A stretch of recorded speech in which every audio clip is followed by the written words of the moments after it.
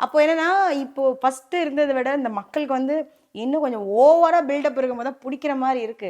But comments எல்லாம் நம்ம போய் பார்க்கும்போது, இதெல்லாம் ஓவரா இல்லையான்னு அவங்களே கேட்கறாங்க. ஏன்னா நெறைய ட்ரோல்ஸுமே நம்ம ஆமா. பார்த்துருக்கோம்.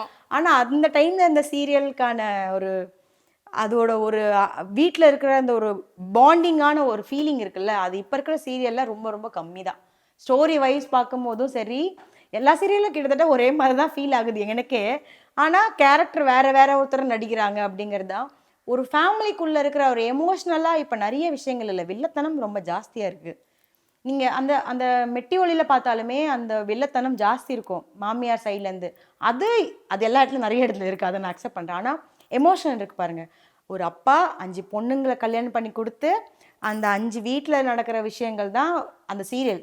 ஸோ அது ரொம்ப எமோஷனலா அந்த பேக்கிரவுண்ட்ல வர மியூசிக் இருக்குல்ல, அதுவே நம்ம மனசுக்குள்ள அப்படியே உள்ள போயிடும். என்ன ஃபீல் குடுக்குறாங்களோ